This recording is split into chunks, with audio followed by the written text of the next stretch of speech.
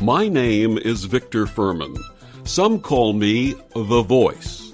I've always been fascinated with human nature, spirituality, science, and the crossroads at which they meet. Join me now and we will explore these topics and so much more with fascinating guests, authors, and experts who will guide us to Destination Unlimited.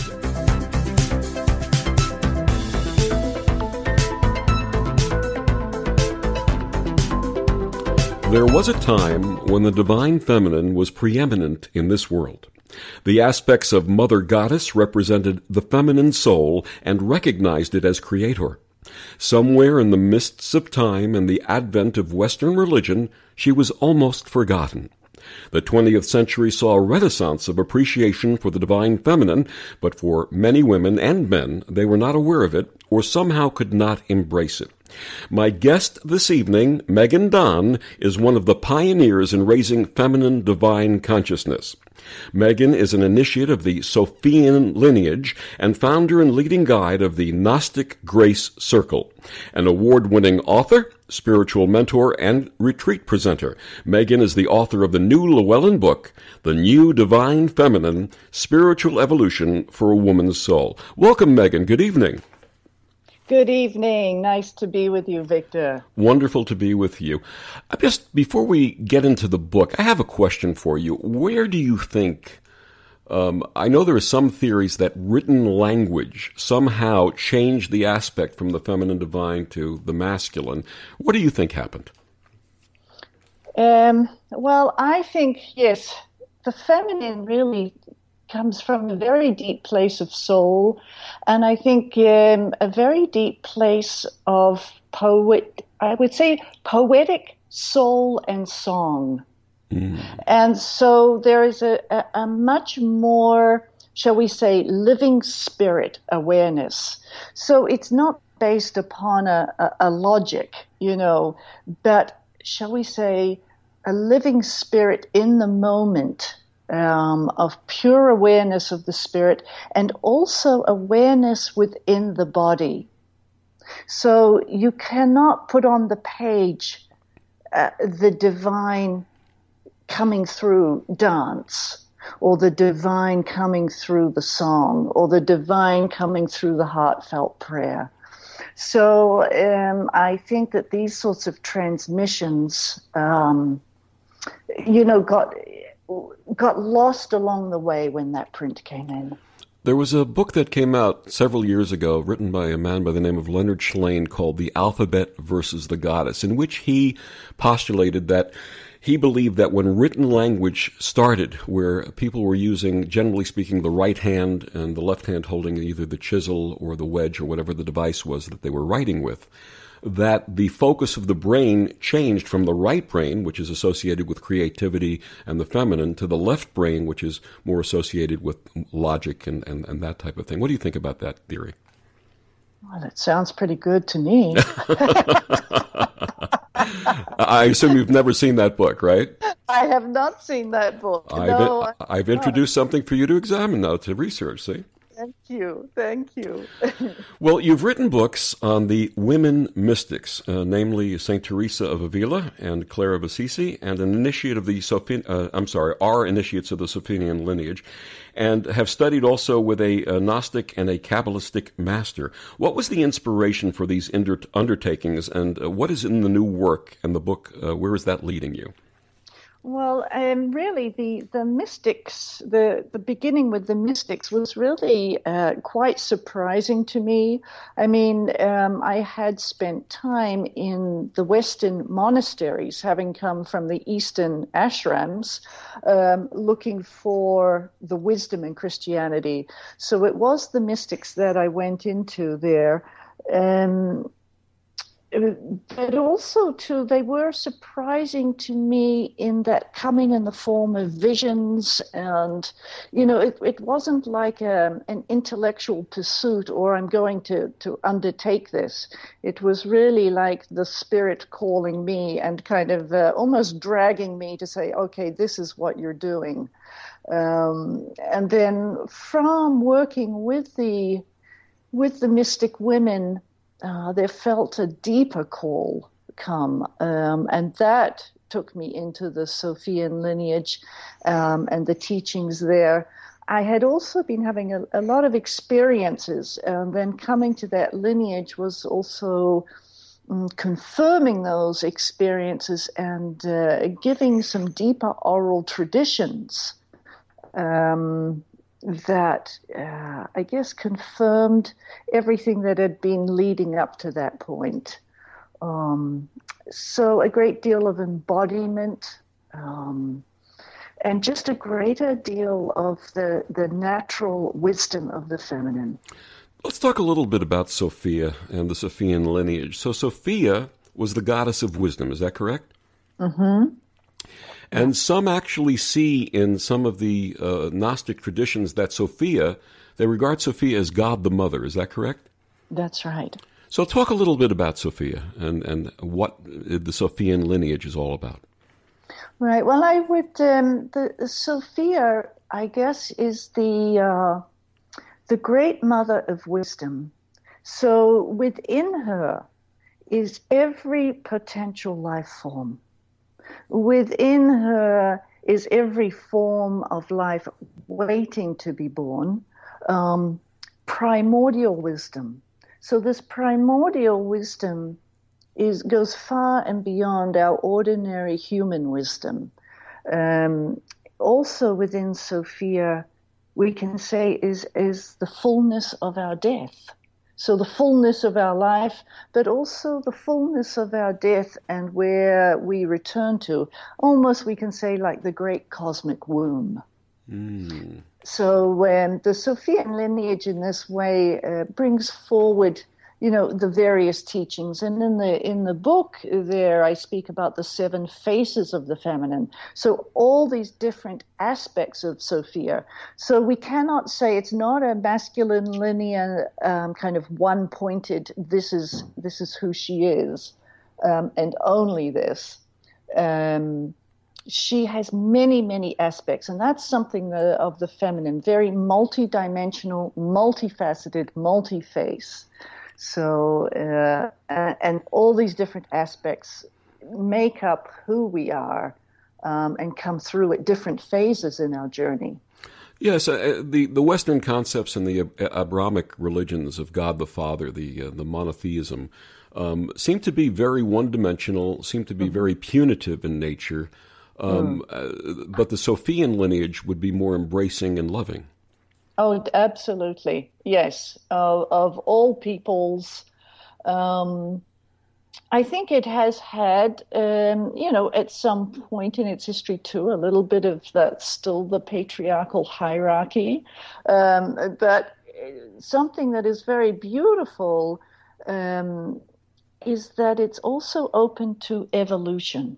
Mm. So there's not like these hard and fast teachings. For instance, right now, what I'm doing is really going out on my own now. I've had my training with this particular lineage, and now what I'm bringing through is something based on that, but also extending through my own personal and direct experience. Mm. So this is very important. It's not like this is the one dogmatic theory and that's it for all of time. No, and with every lineage holder and leader, the teachings change, and they change according to the time and what the people need for their evolution.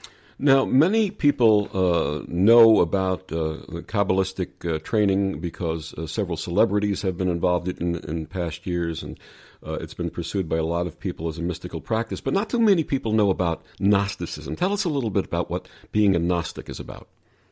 Well, really, essentially, a Gnostic is someone who comes into direct experience, their own experience. We talk about gnosis also as this other, shall we say, otherworldly knowledge. So it's coming from that place of the primordial wisdom of Sophia, if you like, and being able to access this. So that's within the Gnosticism, there's many practices that we will enter into in order to prepare ourselves to receive these greater wisdoms, and to bring forward something from the other world that is going to help this world to evolve. And it seems to be that the Gnostic system is a system of embracing everything, including the visceral aspects, whereas some of the other traditions are more intellectual exercises. Absolutely. Especially this lineage I was trained in, the embodiment was very important, and sacred dance, sacred chant. So one was really entering the body wisdom in order to bring through the sacred knowledge. I can't see anyone doing an intellectual pursuit and feeling ecstatic afterwards. Although some may. I shouldn't say that. Some may. Yes, indeed. So when we come back from the next segment of the show, you had started talking a little bit about the 7 faces of the feminine, and we'll talk about that when we return.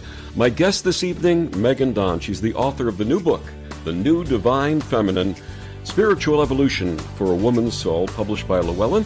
And we'll be back with Meghan after these brief messages on the OMTimes radio network.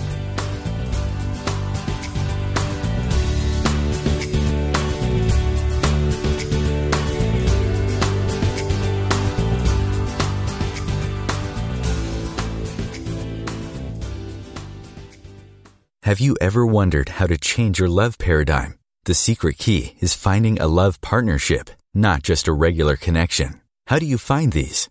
Through conscious relationships. Ascending Hearts Dating is a dating site for people like you that believes in second chances and a different type of spiritual connection. Try Ascending Hearts for free today at ascendinghearts.com and change your love paradigm. Ascending Hearts, the premier dating community for the spiritually awake.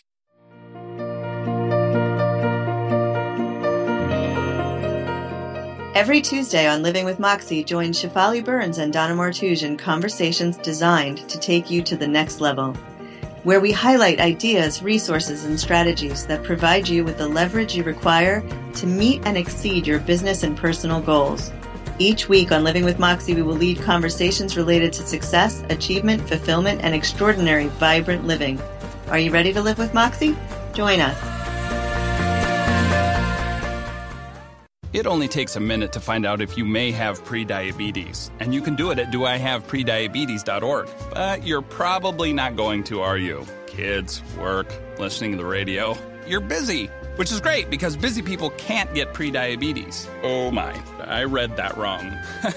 They can. Should have worn my glasses. So visit doihaveprediabetes.org and take a short test, because prediabetes can be reversed. Brought to you by the Ad Council and its pre-diabetes awareness partners. What if we got rewarded for every good decision? Dinner. Meal needs a vegetable. Check. Amazing! Vegetables cooked with a healthier oil instead of butter? Fantastic!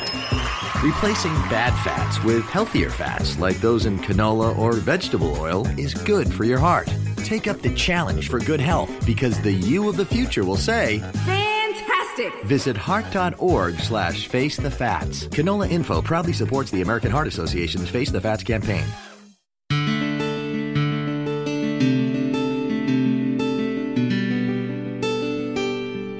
And we're back on Destination Unlimited. My guest this evening is Meghan Don, author of the new book, The New Divine Feminine, Spiritual Evolution for a Woman's Soul. Meghan, in the first segment, we were talking about the 7 faces of the feminine divine. Can you talk a little bit about those 7 faces? Certainly. First of all, I'd like to say that, these are archetypal aspects of the feminine. They're not linear, so it's not like you enter into a particular stage one after another. It's more circular. So one can enter into, I've spoken here about the 3 aspects of the daughter, the mother, and the crone. And what we speak is the light and dark aspect of each one. So that is 6 aspects right there. And the 7th aspect is the virginal or pure radiant awareness of the feminine enlightened nature. So again, important, these are not to do with the body. These are not chronological. These are, it's not predicated on your age or whether you can give birth or not. When we talk of crone and daughter, mother, we have these associations in our mind. So I just want to make that clear that these are very spiritual states of being that we can enter into at any age, and also the men and masculine can enter these also. For instance, we have the daughter of light. This daughter of light is filled with vitality. She has life force. She has visions. She has dreams. If we're feeling very heavy and lethargic, depressed, we need this daughter of light to really bring our life force back. The daughter of darkness, she represents Lilith, who was really the first divine emanation of womanhood. The power, the strength, the sensuality, but she kind of, got banished off into the wilderness because men or other women themselves feared her.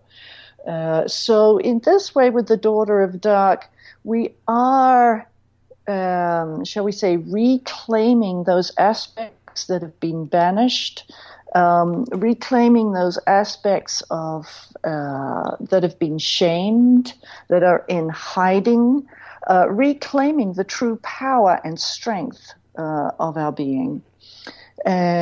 We go into the mother, and this mother of light is quite an extraordinary face. And I have to say, within all of these aspects, there's faces within faces within faces. So again, the mother of light is not just one aspect.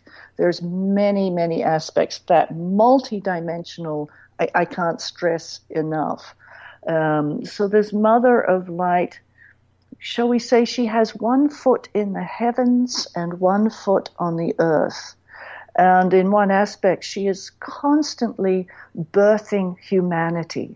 So she is really bringing forward the evolution of humanity on a constant basis. And our job is to put ourselves in a place of being willing to the mystic death over and over, and to be being reborn over and over from within her mystic womb. So giving us a much greater potential of who we are. So the mother of dark, she is one who will really take in the pain and sorrow of the world, the pain and sorrow of our individual selves, of our friends and loved ones, and of the world as a whole. And she will use her transformative power to bring that pain into a place of peace. So she has a remarkable job. And from the Western perspective, we often hear that, oh yes, the Black Madonna and so on is like a gentle Kali, the goddess of destruction in the Hindu tradition. However, I have to say that in working with these different faces, that there are definite aspects within this tradition that there is this incredible force, incredible power, and the incredible natural destruction. So the dark mother and also part of the dark daughter will destroy those parts within us that are very ego-centered, will come in to bring us into a natural dissolution of those habits that are not good for us. And the crone, interestingly, she does this also. But I would say the mother can do it in a much more compassionate way. The crone and the hag is a liberator and a great force of liberation. So she's the one that, when you really enter into great crises, whether it's a health crisis, a divorce, job loss, sort of major events in one's life, we're entering the crone territory. The hag also, we can say, she is that great force of dissolution in the world. So we do enter into, just like our actual lives, have this pathway of being born and being, enter into our death process. With the crone, she does this on a cosmic level. So she's really within our world system and bringing about, as we can see in our world today, a lot of death and destruction going on. However, in and behind is also a lot of great movement towards our evolution and a rebirthing. So when we're seeing this on a greater world platform, that is crone in action. So we have to have a great vision when it comes to crone, because she is working on such a level, a universal level, that we might see it as, a very negative force at work. But with the crone vision, one is able to see the true God force at work, even within all the destruction and dissolution. Absolutely. Where did the faces originate from? These really are brought through from the Jewish, Kabbalistic, and Midrashim, and also the Gnostic have these faces as well. They're not well known at all, so I'm delighted to bring them forward, because our Western tradition so direly needs them. They need a feminine force. They need the darkness of the feminine strength. They need that cosmic awareness. But what I have found is that they have been stuck in the Jewish Midrashim from kind of medieval times, and they haven't been updated. So that also, a lot of these faces I'm talking about have only been spoken about in purely negative tones. Mm. And so what I do in this book is say, oh no, these dark faces bring forward liberation for us and for the world. A lot of the Midrashim, I think, were written by, the males of medieval time, and there was a lot of fear around the feminine, a lot of fear of the darkness, a lot of fear of the moon cycles. So that is what I have done, is released that fear and brought in very different cosmic understandings. For instance, saying that really what these dark faces are doing are releasing humanity from ignorance. Mm. So some very different interpretations coming forward. It's fascinating. You referenced the ancient Jewish traditions. In Kabbalah and some of the other mystical teachings, they talk about the left-handed inclinations, which are referred to as the negative or evil inclinations, and the right-handed inclinations, which are referred to as the positive or the good inclinations. And the labels are very unfortunate. And I had a wonderful teacher who used to say that you have to take that left hand and right hand and put them together, and that's how you create, because you can't create anything without both of them.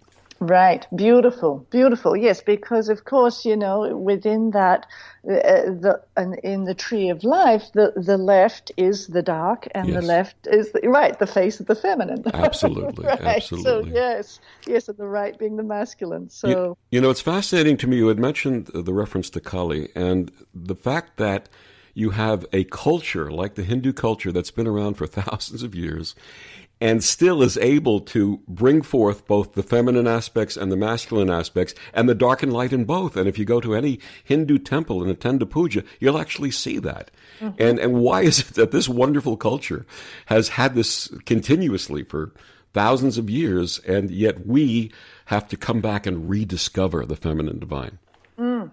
Yeah, I mean, it's just a tragedy, especially for those in women's bodies, throughout the ages. And I'm sure we've all had our times in each different bodies and genders. That's why I feel delighted to bring this forward, especially in our Western tradition, because no wonder so many of us, have gone to the East, which I did myself. Absolutely. Mm-hmm. So, I do hope that we can resurrect this and embody this. That's the most important, joining these dark and light faces. Absolutely. My guest, Meghan Don, author of the new book, The New Divine Feminine, Spiritual Evolution for a Woman's Soul. Meghan, please tell our listeners how they can get your book, and find out more about you and your work. Right. Well, you can, of course, order the book on Amazon.com, Barnes & Noble, or directly from Llewellyn.com. And my website, GnosticGrace.com. That is GNOSTIC, Grace, GRACE.com. And we'll be back with more with Meghan Don and her new book, The New Divine Feminine, after these messages on the OMTimes radio network.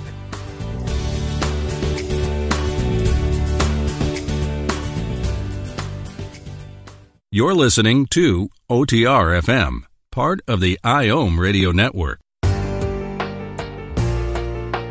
Are you in an interfaith relationship and thinking of getting married? For 18 years, Reverend Laurie Sue Brockway has been creating personalized, loving, and romantic ceremonies for couples of all faiths and cultural backgrounds. Reverend Laurie Sue's sensitivity to the needs of interfaith couples is reflected in the compassionate and inclusive way she addresses the concerns of parents and families. Reverend Laurie Sue is also the author of several best-selling books on interfaith weddings and wedding vows. Selected as one of the top interfaith officiants by New York Magazine, Reverend Laurie Sue serves couples in the New York metropolitan area and beyond. Find out more at her website, yourinterfaithwedding.com.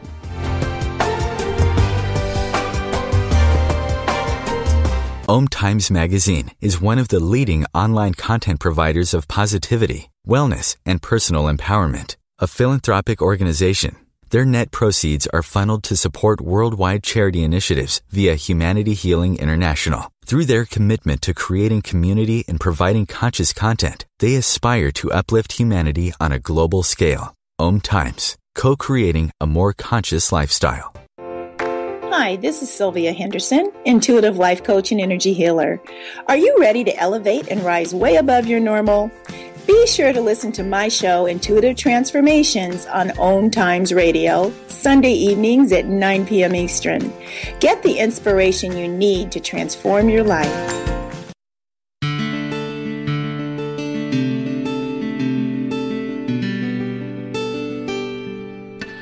And we're back on Destination Unlimited. My guest this evening, Meghan Don, author of the book, The New Divine Feminine, Spiritual Evolution for a Woman's Soul.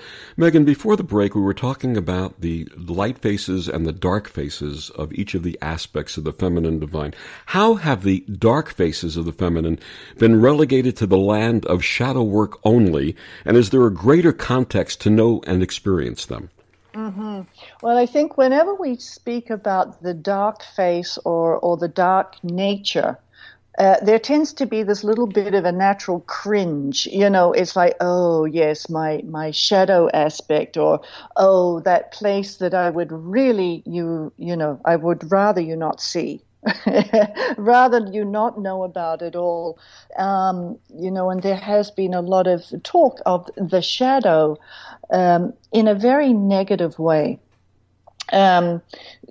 So what I understand that we really need to look deeply into is the darkness of this feminine nature as being the pure spaciousness, that spaciousness of the wisdom body, the wisdom mind, the wisdom heart. And it's also a place of great vastness. So learning to sit in the vastness of our nature. This is most important. Most important because this is when much deeper wisdom arises. And it's most important because this is also going to be part of our death process. Part of our death process includes what we call the black path, which is a period of time of simply being in this great, dark spaciousness. And I do work with souls in this capacity, and because they are not used to it, it can be very frightening or bewildering to souls in their process. So I feel it's very important for us to know this, and also to recognize that we are this vast nature. And when we are able to sit in this, we lose our identification with, our small personality, our small worries, our small concerns, because sitting in the vastness, they tend to just naturally dissolve. So I have a very beautiful prayer and meditation experience right at the beginning of the book that teaches people how to come into this place very gently and to become familiar so that we can just settle there, open the pathway to know that greater wisdom of Sophia. Absolutely. And it's interesting how astrophysics, our scientists in the last 20 or 25 years have come up with this concept of dark matter being what makes up the majority of our universe. And when you think about it, when you think about darkness, what does that mean? Let's say there's a vacuum. What is a vacuum? They say nature abhors a vacuum, which means that there's room for new birth and new creativity and new brilliance within the context of that darkness. Yes. I mean, this is, really, yes, what we're talking about is that great creative life force. And I think, to be honest, many of us are terrified of it. I agree with you. To expand the boundaries that we have created for ourselves in our minds and our hearts. And I have had moments like that where I have literally been, entering into that expanse, and the little self is not quite on board to dissolve, and the total panic that sets in. Absolutely. Just because it's too darn big. Really, it's the truth. It reminds me, I used to attend these Friday evening salons when I sort of got back on my spiritual path in my mid to late 30s. And this wonderful, wonderful woman who was well into her 80s hosted these events. And I was in my, like I said, mid or late 30s at the time. And she saw that some of the activities I was uncomfortable with. I wasn't ready for them. And she came over to me at the end of one evening, and much like a mom, she said to me, may I share something with you? And I said, of course. And she said, I see you're uncomfortable with a lot of the ideas that are being put forward here. But let me tell you something. The divine does not mandate that we be holy, but would love for us to be whole. And she said that, and it absolutely changed my life, because it said it's okay to embrace all of this. Beautiful. Beautiful. That's it, exactly. Wonderful teacher. Now, you speak about the soul of the world. What does this mean? And can you tell us about your personal experience with this? Mm-hmm. Well, I think I'll begin with the personal experience because that really covers it. I was on retreat. It was actually an Easter retreat at this beautiful monastery in New Mexico. It's called Christ of the Desert Retreat Center. I think Benedictine monks. And they have this absolutely fabulous abbot. Just such a beautiful spirit. And he was celebrating the Eucharist, which is the Catholic tradition of the bread and the wine. And it was like at 4:00 in the morning or something like this. And as he was raising the chalice and the paten for this blessing of the bread and the wine, my whole vision opened up, and I started to see these two people dancing in spirit around the altar, and I immediately knew that one of them was who I call Yeshua or Jesus, mm-hmm. and the other one Magdalene, and the dance was just so beautiful, such a beautiful honoring of each other, such a beautiful honoring of the masculine and feminine energy, and such a flow of life essence. And then I watched as Yeshua receded and Magdalene really came into the fore. And then she completely opened her whole being. And within this being, I witnessed the whole of creation. I witnessed the whole of the cosmos. Mm. And it was unbelievable. I mean, it's hard to put words to it. And what I was also aware was she was showing me this is sacred womanhood. And I was also aware that what she was doing and demonstrating was saying, this is not just relegated to some ancient wisdom. This is here and now. And this is available. And actually, but she did say to me, it's time for you to trust in love.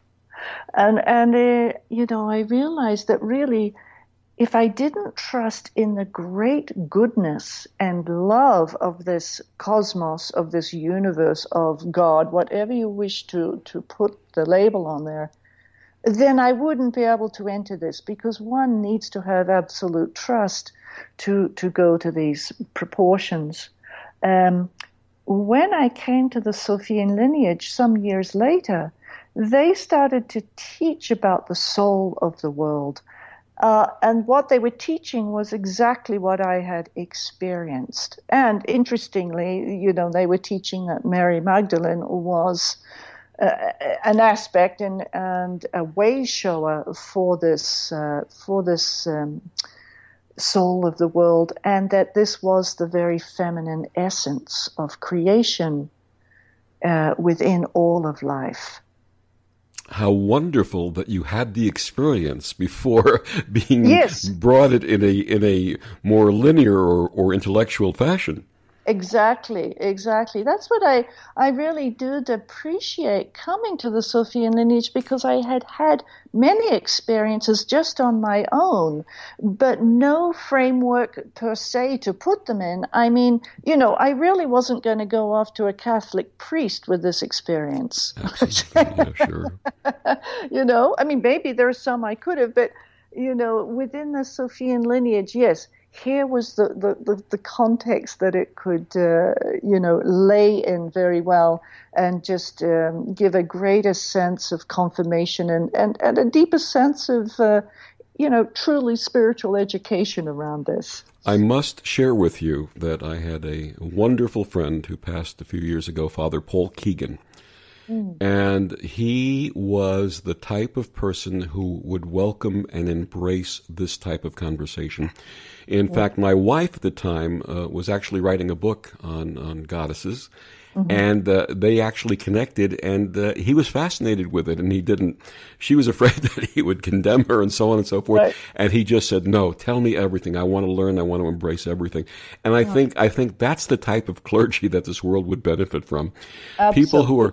People who don't feel threatened in their own specific religious tenets and beliefs, but are willing to open up and embrace and welcome and go beyond tolerance to acceptance, appreciation, and love.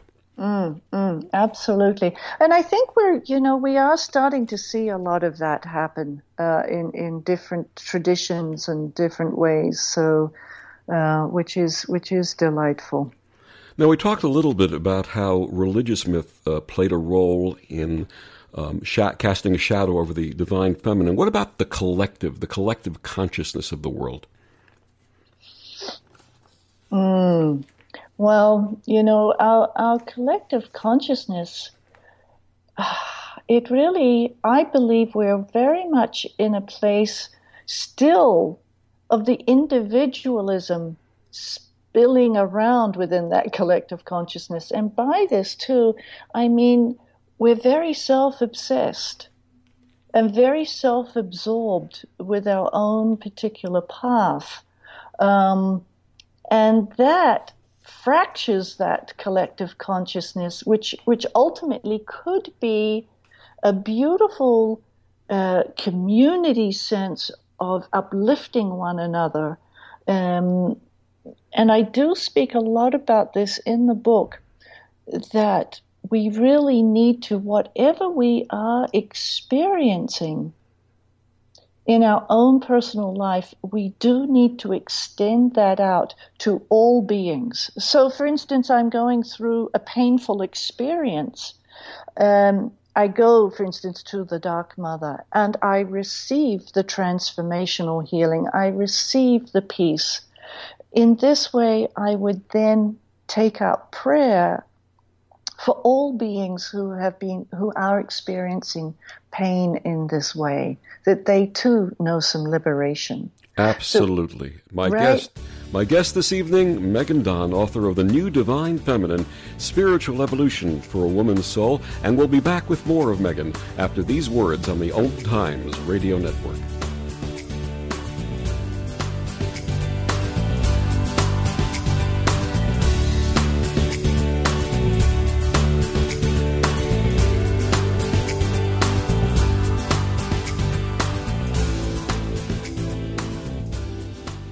The number one reason girls drop out of school in sub-Saharan Africa is lack of access to feminine hygiene products. The Pads for Schoolgirls Project, an outreach of Humanity Healing International, is changing this paradigm by setting up sewing programs at schools, teaching girls a vocational skill, while producing the reusable pads that help keep them attending classes. The girls pay it forward by making and giving pad kits to other girls in need. To learn more, visit humanityhealing.org. Humanity Healing is where your heart is.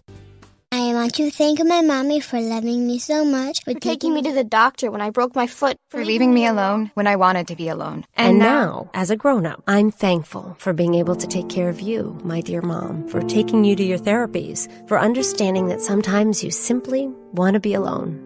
Roles change without us noticing. That's why AARP gives you the information to provide even better care for your loved one. Visit aarp.org/caregiving. Brought to you by AARP and the Ad Council. Hi, this is Bill Maher. I can find humor in almost anything, but one thing I never laugh about is cruelty to animals. If you don't get the joke either, write People for the Ethical Treatment of Animals, 501 Front Street, Norfolk, Virginia, 23510.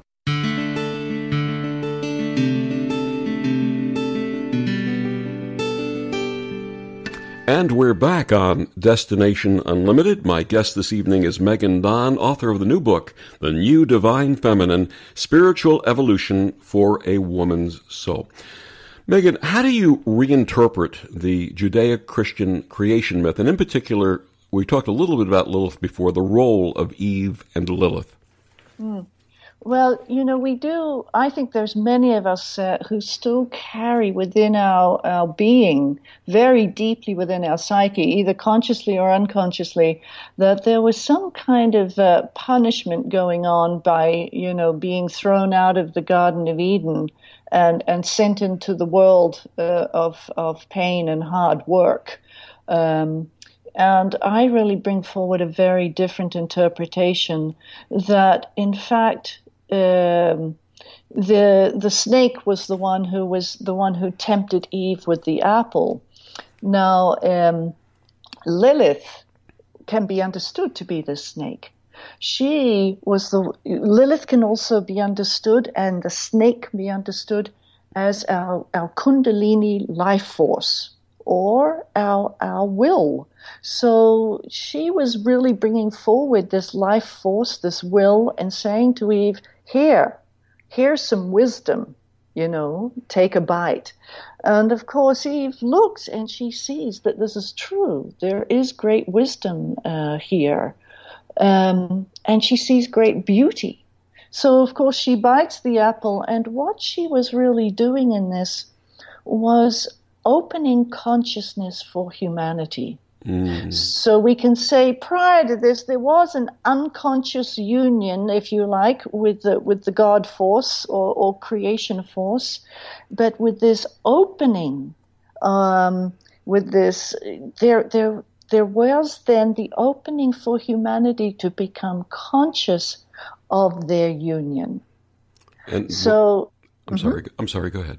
Yeah. So in this way, there was it wasn't a punishment. It wasn't a temptation, but it was. We could almost say this needed to happen for humanity to come into its being and into its destiny.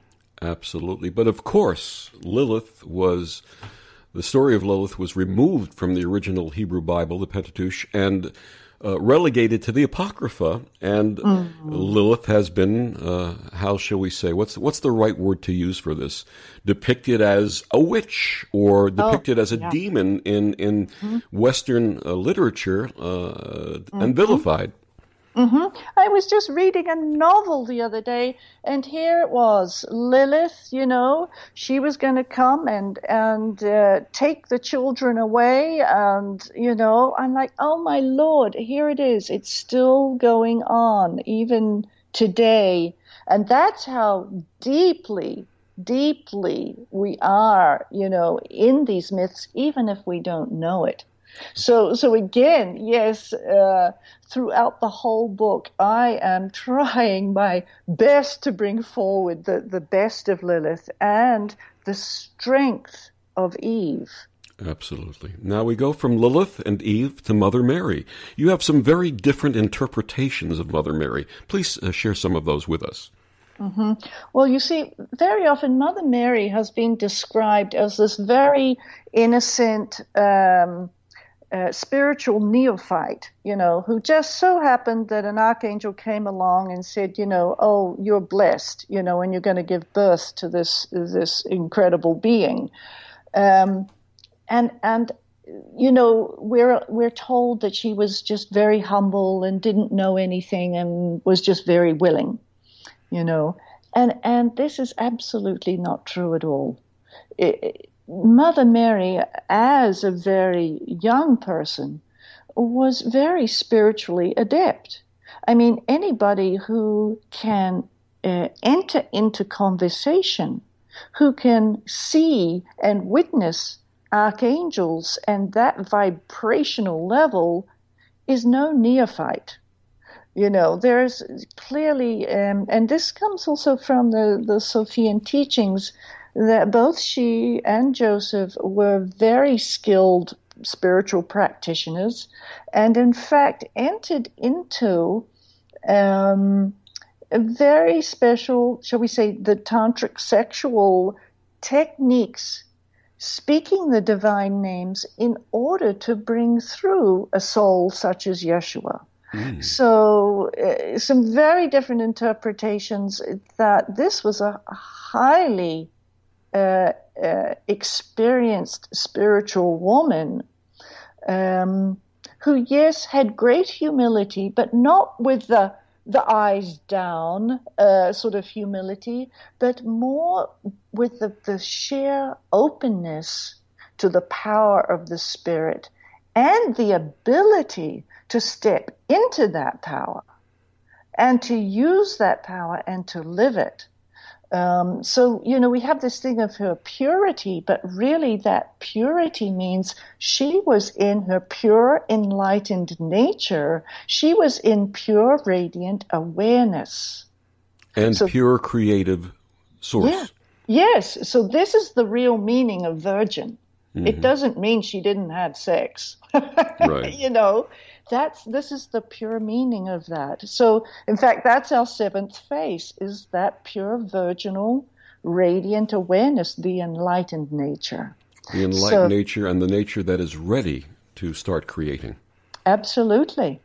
Now, we talked a little bit about the visceral nature of the feminine divine. Does this propel our evolution onward, or has it been an obstacle? I think we're really at a point where we are needing to feel very, very deeply into our soul, because if we can feel deeply into our being, we are going to connect with a much deeper nature of our humanity, our true humanity. We're going to connect with other beings. We're going to be compassionate. We're also going to release any, old emotional things that are blocked there. Releasing energy and moving things on. Now, if we fall just into emotions and get overtaken by them, then there's the obstacle. What I'm speaking of here is a much deeper feeling of soul nature. And this takes us deep into the body. And I think where we are being propelled to in our evolution is the true embodiment of our light being nature. So this is where our light cosmic body and our physical body actually join and become one. So there's a beautiful speech in the Gospel of Thomas, where when the two come together under one roof, they can move mountains. So these two are the physical body and the cosmic light body. When these join, all obstacles can be overcome. Absolutely. Is it your understanding that the answer to the feeling of lack of confidence and unworthiness in so many is attributed to the fact that we don't have this union of the embodiment and the spirit? I believe so. Definitely. And I do think that our religious myth has a lot to do with it. I think there's a lot with our religious myth, a lot, with the feminine being denied for so long in women and men. It's, this isn't just about women. This is also the feminine nature within men. So that has been denied. So when we don't have that wholeness of who we are, physical, spiritual, and the fullness of our feeling being, then there can be no confidence. Absolutely. Yeah. How does your work with the dark feminine, and in particular the Black Madonna, contribute to the restoring and healing of the earth and the vulnerable amongst us? Well, as I spoke, the dark feminine has this great capacity of a healing nature. So in this way, we are working not only just for ourselves, but we're working for all of humanity. We are working for the earth. So everything we do starts to have a much greater and wider feel to it. So Some of us may work purely in the spirit realm of prayer. Some of us will be right there in the trenches, helping to clean up the waterways. Some of us will be in social services. So we will be going where the pain is, where the healing is needed. And this is definitely the Black Madonna. This is definitely the dark feminine, going wherever there is healing needed and uplifting it into the fullness of its true nature. Now, you discussed earlier your work with healing souls. Please share a little bit about that. How does that happen? I've experienced this so much with the living spirit, as in we enter into a very different place of being, where the soul is simply open to receive this healing spirit. And I've seen miracles happen. I've seen it happen from a distance with prayer. I've seen it happen in person with healing hands. I've seen it happen with dance, with chant. So I think we have many ways of healing, depending upon who we are and how we access the spirit. Absolutely. My wonderful guest this evening, Meghan Don, author of the new book, The New Divine Feminine, Spiritual Evolution for a Woman's Soul. Meghan, please once again tell our listeners how they can get your book and find out more about you and your work. Right, yes, the book, of course, Amazon.com and Barnes & Noble, Llewellyn.com. GnosticGrace.com is my website. And coming up, there's going to be many workshops, retreats. In fact, through the whole of October, I'm going down the East Coast. So have a look at the retreats and mentoring page, GnosticGrace.com. Meghan, thank you so much for joining us and gracing our radio waves tonight. Any last words for our listeners? Oh, well, I would just like to thank you very much for having me on the show. And the last words would be, go in, feel deeply, don't be afraid of your spaciousness and vastness. Beautiful. Something we can all desperately need to embrace and start now. Meghan Don, thank you for joining us. I'm Victor the Voice Furman. This is Destination Unlimited. Thanks, everyone. We'll see you next week.